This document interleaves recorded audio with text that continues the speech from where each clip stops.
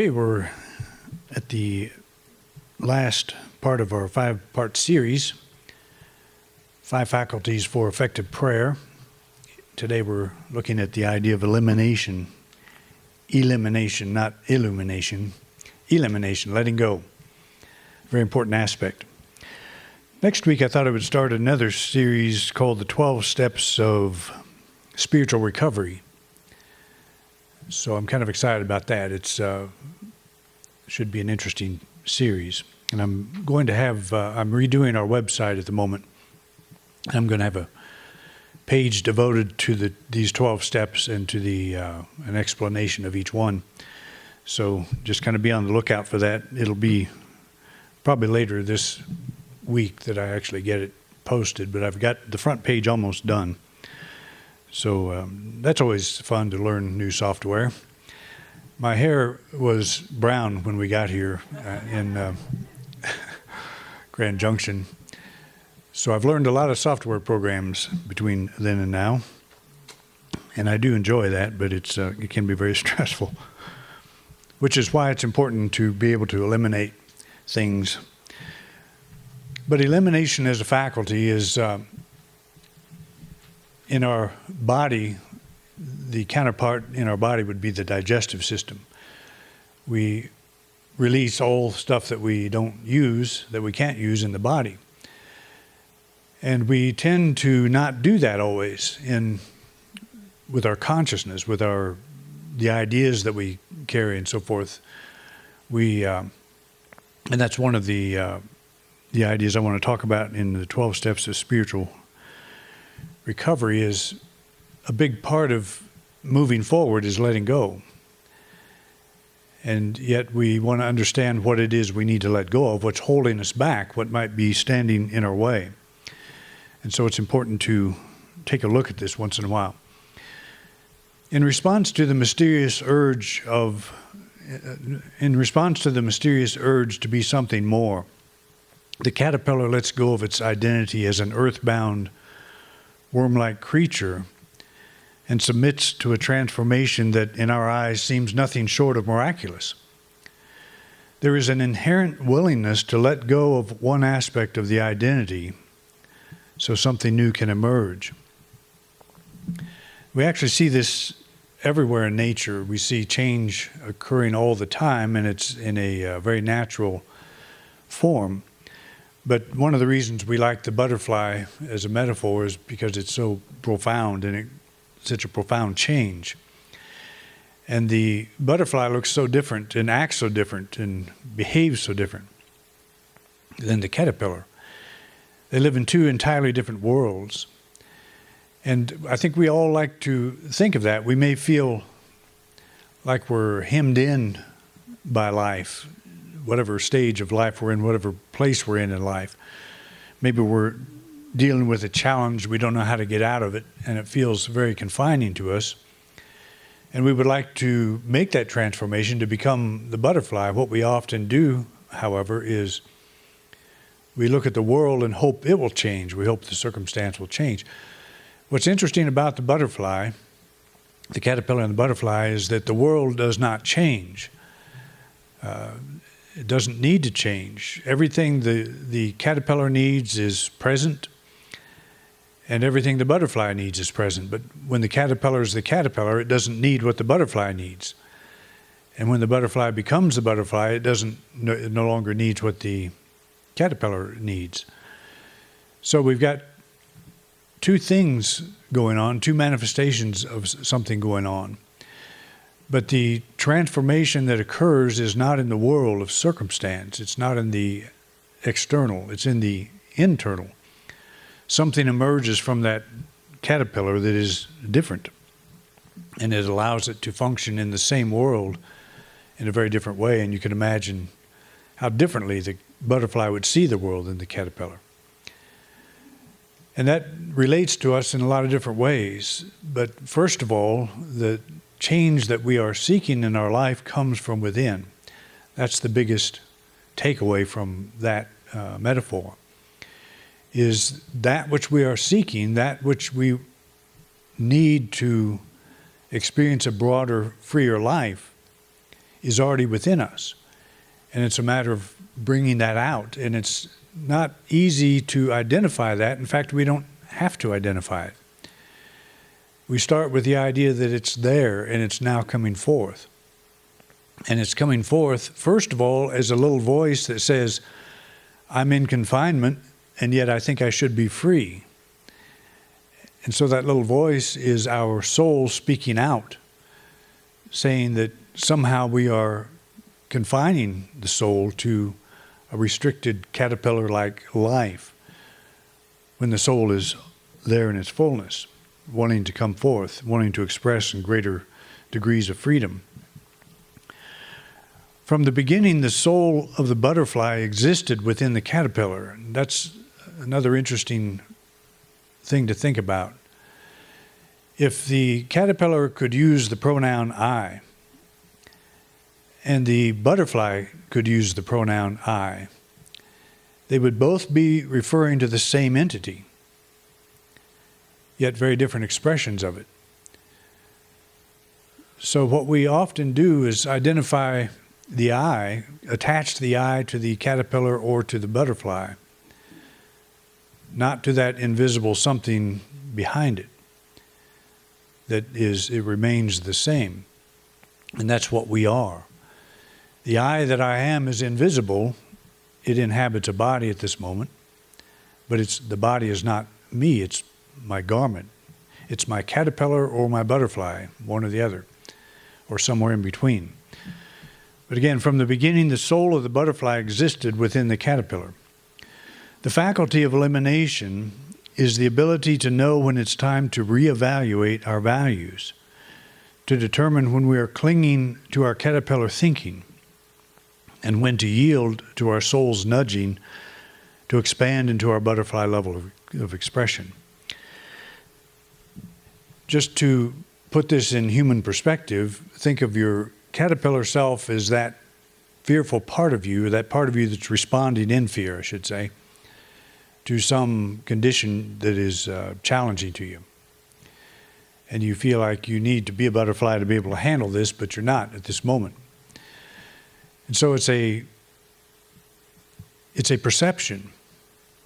And we look out at the world and we see it from a caterpillar perspective, when what we would like to do is be able to fly over it. And we have that ability right now to rise above it. And so, as Jesus gave many parables using different objects of nature, we're not talking about butterflies and caterpillars here. We're talking about ourselves. We're talking about states of awareness.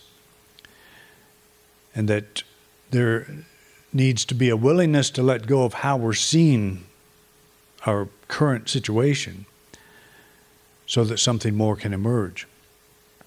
And that's probably one of the biggest challenges that we have is we're so prone to judging by appearances, looking at something and deciding how we will feel and how we'll think of ourselves as a result of how that situation looks.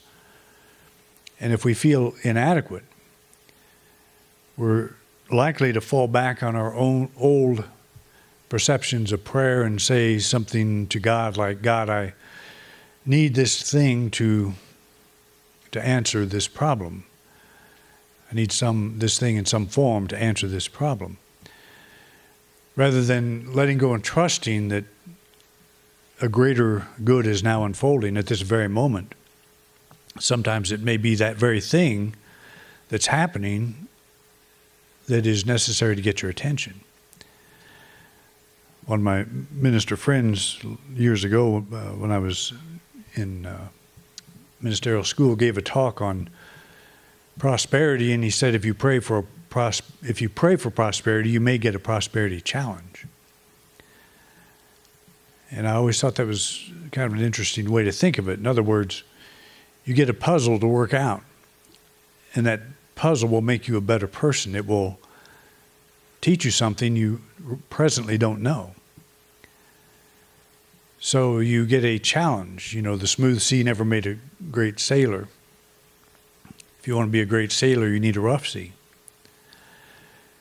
And that's not to say we want to be careful to not affirm, God, please give me another challenge. That's what I want today.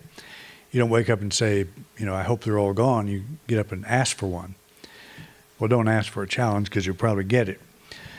But if you are praying for prosperity, you may get a prosperity challenge. If you're praying for healing, you may get a healing challenge. If you're praying for harmony in a relationship, you may get a relationship challenge. Somehow that relationship may blow up so badly that it doesn't seem there's any hope for it. But maybe there's a lesson there. Maybe there's something to learn. So we are open to that aspect of it all the time. I don't think a caterpillar, if it was to make a list of what a butterfly needs, it probably wouldn't be very long, because the caterpillar has no idea what a butterfly needs. And so it's kind of the same thing. When you're praying for something to come from the butterfly realm, it's better to say, let thy will be done, as we talked about last week.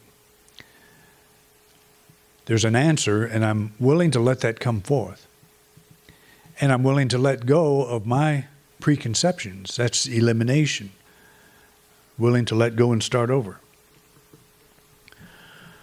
While we tend to cling to things we value most, moving forward always involves letting go of something we once considered an essential part of our identity.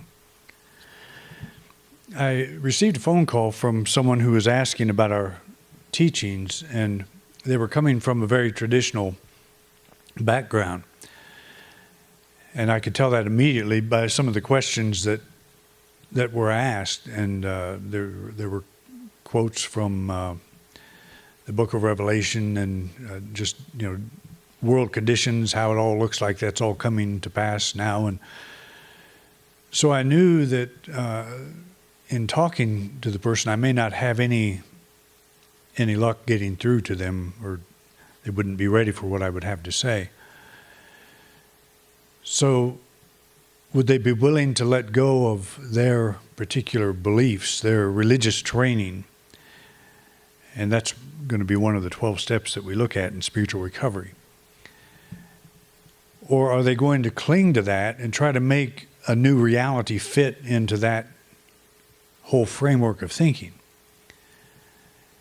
And that's where a lot of people have trouble with unity. They're taking an old paradigm, the one that they have learned from Bible school, and trying to put new ideas into it. That's the old wineskins and the new wine. And it has never worked. And so we have to be able to eliminate the old wineskins. But if the old wineskin is our whole value system, that's where we place our belief and trust, even though maybe it's not working so well. If we won't let go of that, then we cannot receive new ideas. We cannot receive new ways of thinking about something. Do I think the world is coming to an end? I was asked. And I said, yes. It may take 15 billion more years, but nothing on the material plane lasts forever. So the world is ending as we speak. We're all undergoing transformation. But that wasn't the answer they wanted to hear. They thought I was being a smart aleck, and I guess I was. But it's true. The world could end today. We may not make it home today, for all I know. So how do we live? Will my world end? That is the question I should ask. And the answer to that is no, my world will not end. Yours won't end either. Maybe life as we know it will end as the caterpillar. Two caterpillars speaking might say, do you think the world will ever come to an end? Meaning the world of us caterpillars. And a prophet caterpillar would say, of course it's going to come to an end. But if the two caterpillars that were talking never had even thought about themselves as, you'll never get me up in one of those things, the butterfly, that might be offensive to them. because they can't even conceive of undergoing such a transformation. So what we do a lot of times is we look at life from an old paradigm, and we're struggling in that paradigm, but we're also clinging to it. We don't want to give it up because it's all we know. And if somebody introduces us to something new, what we do is we compare it to that paradigm. We compare the new ideas to the old ideas, and if they don't match, we don't accept them. And that's the problem. That's the value of elimination. We have to express some level of willingness to be able to say, I don't know what I'm talking about. Everything I've learned is untrue. I mean, to be open to that idea. What's that saying? Everything I needed to know in life, I learned in kindergarten. Who said that? Who? Paul Simon. No. It was another guy. He wrote a book about it. Yeah, Robert Fulton. And I never read that book, but you don't have to if you read the title. Because what else do you need to learn? It's like George Carlin asking, if you're seeking self-help, why would you read a self-help book? You should help yourself. Well, he was quite a philosopher too. Okay, most of us identify strongly with our body. Is there anybody here that doesn't do that? You got your body ready to come to church today, I bet you. Most of us identify strongly with our body. As it matures, we say, I'm getting older. Soul does not age. It is more accurate to say this physical vehicle that I am using is maturing. I myself am eternal. This may seem like a metaphysical mind game, but it is the truth.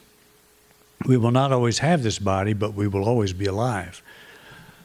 So the next time somebody asks you how old you are on your birthday, just say, this physical vehicle that I'm using is maturing. I myself am eternal. And see how they respond to that. See if that's not a good party icebreaker if you're having a birthday party. That sounds like a smart aleck response, but it's true. It really is true. That we are not aging, and we are so used to identifying with the body that that's all we ever say is, I'm getting older, I'm getting older. I said I didn't have white hair when I first came here, I didn't have white hair. And that's a sign of aging. But my soul is not a moment older than it was when I arrived here. How old is eternity? If we are eternal beings, how old are we?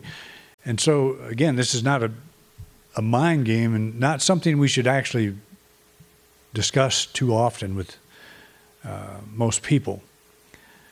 But it's a shift in thinking. It's a shift in values. I'm not this body. This body is aging. One of the reasons I enjoy the near-death research is because I want to make peace with the fact that I'm going to be leaving this body one of these days. And that study has helped me a great deal. I don't fear death. I have some apprehension about how I do that. I don't know what that will entail. I don't want it to be painful. I want to go to sleep like one of my grandfathers did, go to sleep one night and go through the tunnel or whatever we do. So I don't know how that will come about. And also the idea of just stepping out of a life and what that might cause for other people and what my cats would do and all that. I don't know how they would handle that. But it would happen. I mean, it would be okay. But that's the part that I have reservations about, not the actual doing that, not the actual moving into another dimension. I think that's going to be the most beautiful thing that any of us can imagine. That it's that the whole idea of heaven is derived from probably near-death research in the days when they didn't call it that. That people were experiencing this light that they cannot describe, this love they cannot describe. and it becomes a heavenly experience. But then religion gets involved, and they set up this toll gate and say you can only get there if you're good, if you join our church and get involved with us. That's the only way you're going to get there. Otherwise, you're going to have a big problem. So that's religion. Has nothing to do with spirituality. It's a teaching, something that people came up with. And it is from the near-death research, that doesn't exist. None of that model exists. People come back and they say that now, there are people who have negative experiences. It's a very small number of people that have those. But many of the researchers say that if the situation were allowed to progress further, they would progress out of it. Because some that started with a hellish experience, as they call it, it started that way, but then it became something very beautiful the further they got into it. And that's the idea that I hold, because I believe God, this creative life force that we're all a part of, all expressions of, is absolute good, absolute beauty, absolute love, absolute peace. And that we go back home when we drop this body. So we get in the habit of, when we look in the mirror, we're not looking at ourselves unless we're looking at our eyes. And we're getting the sense that of that life that is behind those physical eyes. And we know that this body that reflects back through the mirror is not what I am. I'm the one doing the looking. I'm the one doing the thinking. And if I'm looking at that image that's reflecting back saying, gosh, I'm getting older, then I stop that, not because the body is not getting older. We don't want to deny that. If you remember Helen Hansen, passed away several years ago, but she used to never let us know when her birthday was, or she always let us know when her birthday was. She just never let us know how old she was, because she said, if I mention that, then I'll become that age, I'll get old. Well, yeah, she wore beautiful hats and very colorful shoes. She had people paint them for her. But anyway, she was kind of in that place where if I talk about getting old, I'll get old. Well, she was getting old anyway, whether she talked about it or not. And that's not a bad thing. That's the physical side. The physical side gets old. Look out at anywhere in the natural world, and we're actually a part of that, and show me something that does not get old. Show me something that does not change and undergo transformation. That's the steady thing, is change. So there's a hope that we can live in this body forever, which I do not want to do. I just want to live forever, but not in this particular vehicle. I want to maybe try some other things, try some other ways to manifest. I don't know. But I think we like options, and I do. And I think by the time I step off this plane, I'll be ready to give up this option. But it's a way of thinking. When we look in that mirror, what's going on in our thinking? Are we holding on to an old idea? That's me that I see looking back. Or that's my body. And yes, indeed, it is aging. I can't do all the things I used to do, or don't even want to do all the things I used to do. But is that a bad thing? And it's not a bad thing because it's happening to everything and everyone. Charles Fillmore believed he would live in the body forever. He believed he would be one of the first to break that, aside from Jesus. And I don't think Jesus is living in the body forever. That was his perception, that the body was so transformed it became a field of energy. Well, we're a field of energy without going through any transformation. We're already in a field of energy. But that was the thing. The healing was to regenerate the body where it would live forever. That was Charles Fillmore's thinking. And I accepted that for many years. But then I started realizing, if I look in the mirror and my body's aging and I say, well, you must be failing, because you're not practicing your spiritual principles, that's adding something pretty negative to my consciousness. But if I'm look in the mirror and say, this thing is going to pass one of these days, I'm going to drop this clothing one of these days, and that it's aging and changing doesn't mean I'm a spiritual failure. I can't fail spiritually. I can have a bad day because of how I'm thinking. I can have a bad experience. I can have a negative experience. But that doesn't change the reality of what I am at the spiritual level. I am a complete soul, manifesting through a body that's changing. That last car you bought, didn't you hope that would be the last one? That you would outlive your car? If you are going to outlive your car, you may have to have a wreck, and we don't want to do that. But we know probably we're going to change it. I've been clinging to the one I have since 2004. And as long as it runs, I'm happy with it because it gets me from point A to point B. That's the way I feel about this thing. I'll drive it just as long as it runs.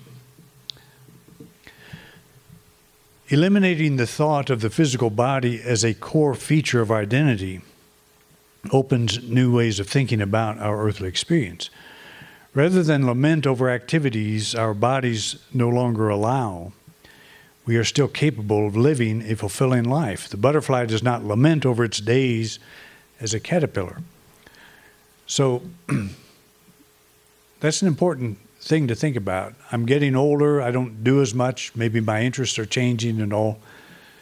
And it's kind of interesting. We live in a culture. I went to an eye doctor to get glasses prescription, and he says you're in the beginning of developing cataracts, but he said that's normal for your age. So we live in that mindset that says I'm my body, and that what's going on in my body that's my age. That tells the whole story of who and what I am. So if I develop cataracts, well, that's what my body does. If I drive home today and have a flat tire, that happens. So I fix it. Do my best to fix it. But it's not me. And that's, that's a very strong perception that we live in. And it's kind of reinforced by a lot of different sources, just daily living.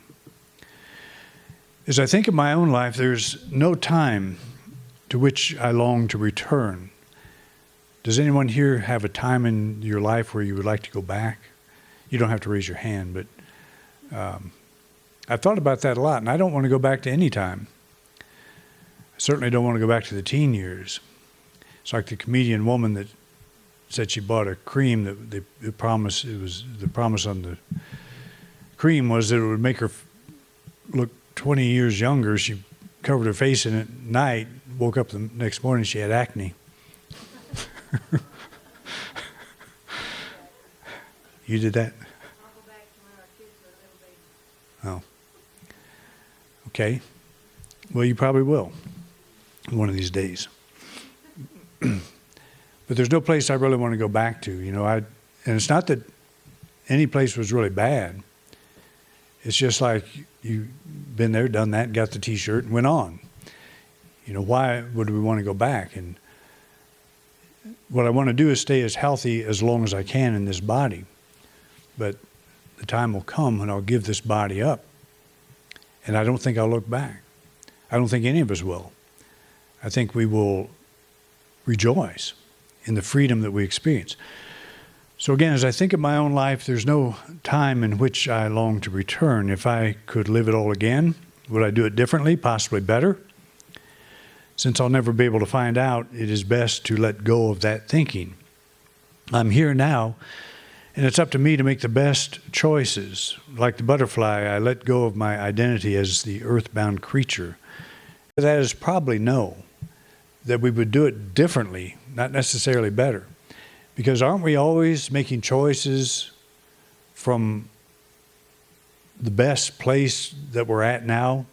I mean, yes, when we make choices sometimes we know we're making a mistake, but don't we know we're doing it? If we went back to that place, what makes us think we would do it any differently? If we, and I don't know, I mean, this is just kind of silly thought because we're not going to go back.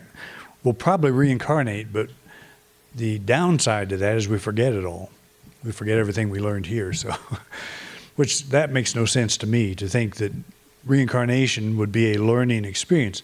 If it's a learning experience, why don't we remember all the mistakes we made last lifetime?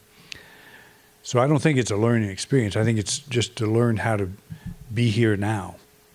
So the idea of elimination, it's really a question that's being posed to us with everything that we do.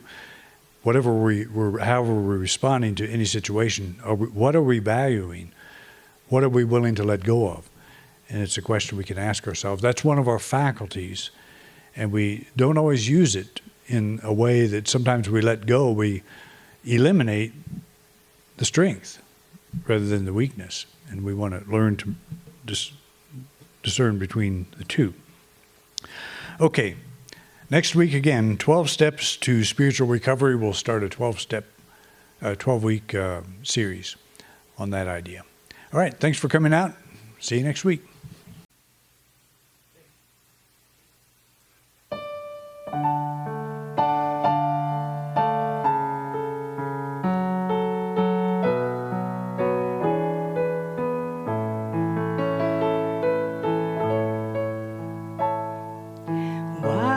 Should I feel discouraged? Why should the shadows come? Why should my heart feel lonely, longing for heaven and home, when God's love is my portion, my constant company?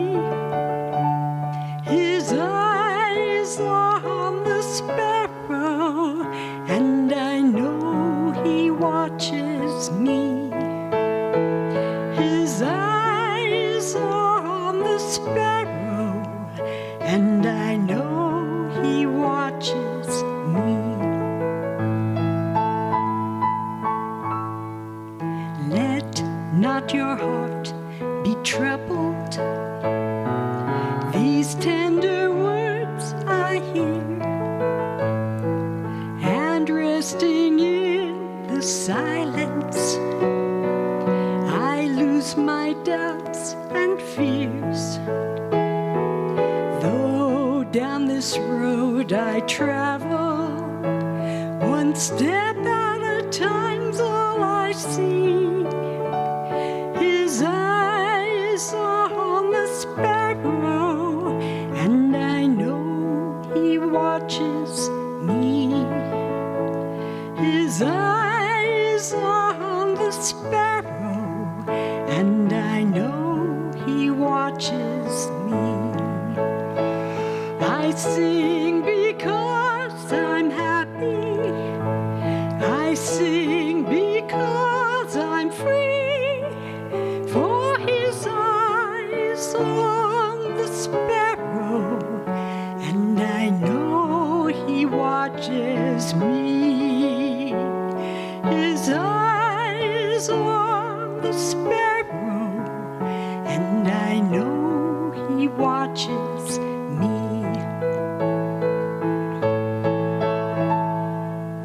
Whenever I am tempted to let the clouds block the sun, when songs give way to sighing, when all of my hope seems gone, I go into the silence.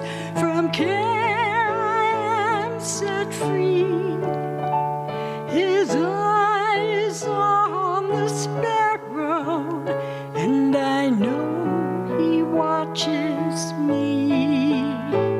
His eyes are on the sparrow, and I know He watches me. I sing because I'm happy.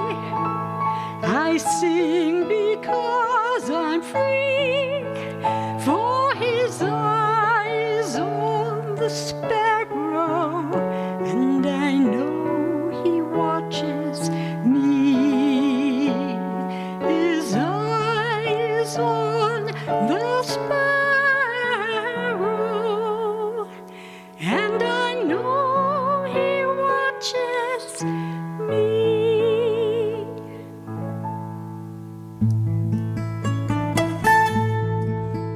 You've been watching a talk given by Reverend Doug Bottorff here at Independent Unity in beautiful Grand Junction, Colorado. Thank you for watching. Please like and subscribe. It really helps us spread our message. If you would like to support us, you can do so by clicking the button in the right-hand corner of the video screen. We greatly appreciate your support. Thanks again for watching.